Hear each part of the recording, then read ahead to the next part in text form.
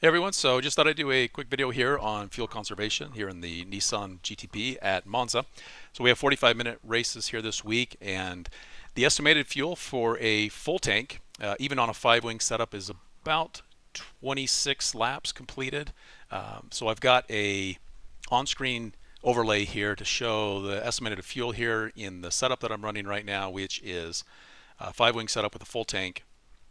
And I've estimated the race length will be about 28 laps, potential even for 29 if the weather's extremely cool and there isn't any traffic.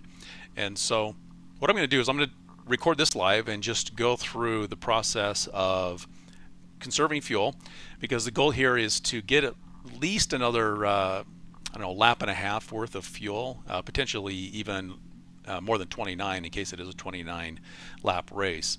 And so the way that I do that is I ran 5 laps at regular pace without any conservation, and I'll just kind of go through the outlap here slowly as I talk through this process. So the estimated fuel right there, as soon as you leave the pits, it's going to give you the estimate based off of your last 5 laps with the JRT overlay. So I ran 5 laps without any conservation, and so it's estimating that I could complete a 26 lap race safely. Now, of course, that's also excluding things like traffic and draft and whatnot. And so it's really realistically going to be a little better than that. But of course, it's always safe to plan for a scenario where even without any traffic, and if you're running a tight race and you're trying to push your pace, how much conserving you will actually still need to do to complete the race without pitting. So what we'll do is run 5 laps here, and I will go through the conserving that I've been doing, and then we'll take a look and see how that estimate changes after conserving some fuel. Now I'm going a little bit faster here. This has to be considered the out lap, but as soon as I start the first lap, I'll go through that and kind of talk about technique, how that differs, how that affects your braking, and so on.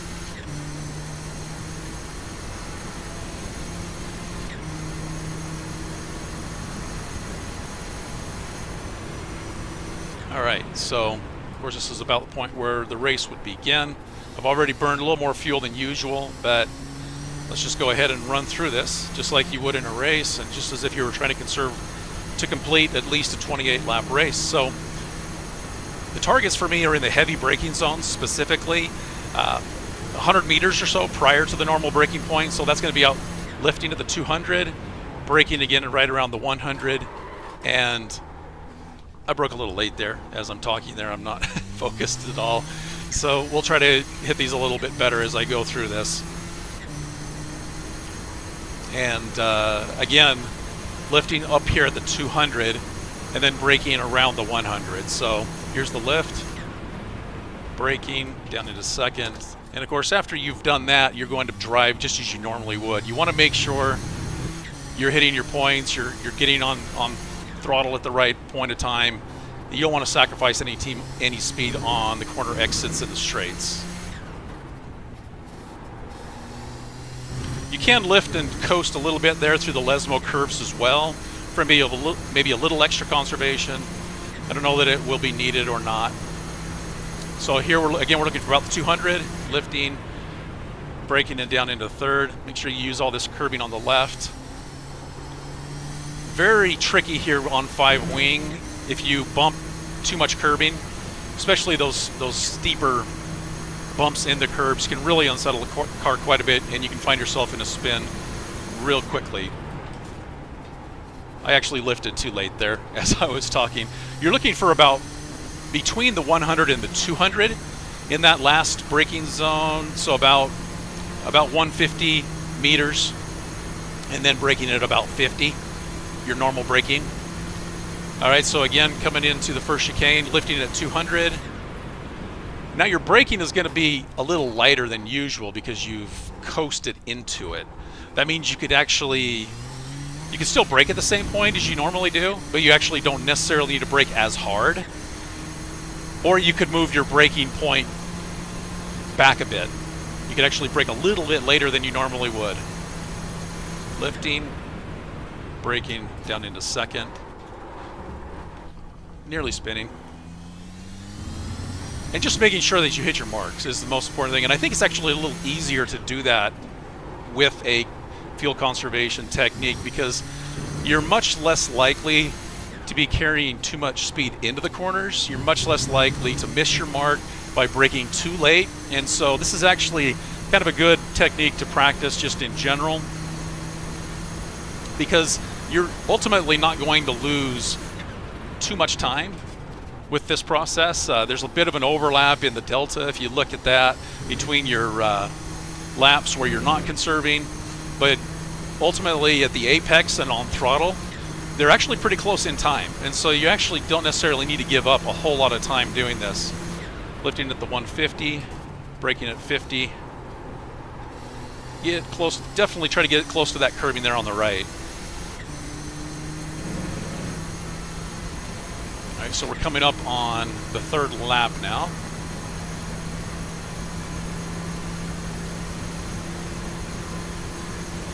You can see in above the estimated usage is going to kind of dynamically adjust as I run these laps as well.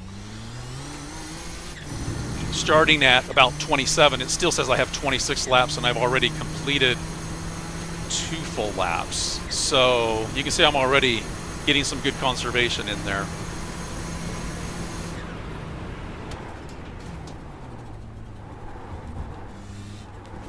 Now, as far as pace is concerned, I'll see how quick of a pace I can run here with conservation compared to without.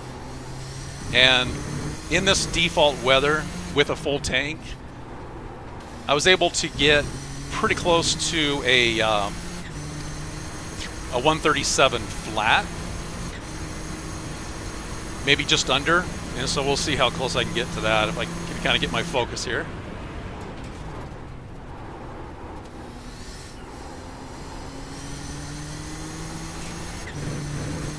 Probably conserving just a hair more than I normally would as I'm kind of talking through it. But you definitely want to practice this. This is something that's going to affect your technique, and it's going to affect your braking quite a bit. Brake points can be adjusted, brake pressure can be adjusted.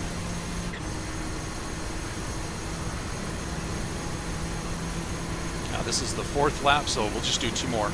And then we'll look at fuel.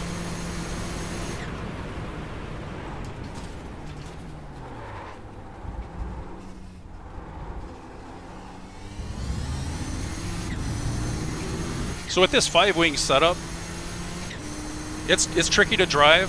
It's even more forgiving if you carry too much speed into the corners. The rear end will not want to stay put.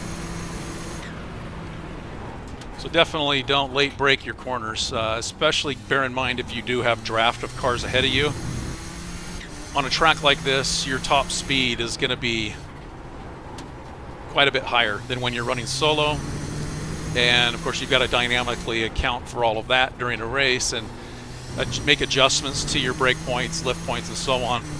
And if you are getting quite a bit of draft, you could obviously do a little less conservation because that's going to save you a little bit of fuel too. I like to keep JRT up and running during my races. I have them up on a separate screen mounted above my triple monitors, just on an iPad actually, and I use that for the live timing to keep an eye on my fuel to see if I do need to conserve, or maybe I'm conserving a little too much, because it does a good job of continually updating. But like I say, it does need at least 5 laps in order to give you a more accurate estimate. All right, so last lap, I'm going to try to focus here on the conservation techniques and also trying to get a nice, good lap time as well.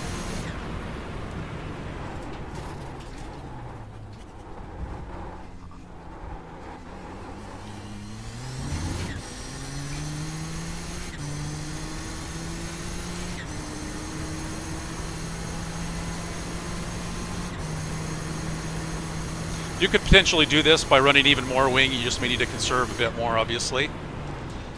So if the 5 wing is just not comfortable and does not feel safe and consistent to run, go ahead and run a 7 wing. You could run the 7 wing setup that I shared a couple seasons ago, and you could potentially just conserve a little extra. But any strategy that involves pitting for fuel is, to me, not a valid strategy. If you're looking to finish well in the race, you're going to lose far too much time pitting. You're not going to gain a whole lot in pace by not conserving and by running a more wing. All right, final corner. Make sure that I lift about the 150 meter between the 200 and 100. Or I'm sorry, the 150 and the 100. Between the 100 and 200, that is. All right, and then we'll take a look.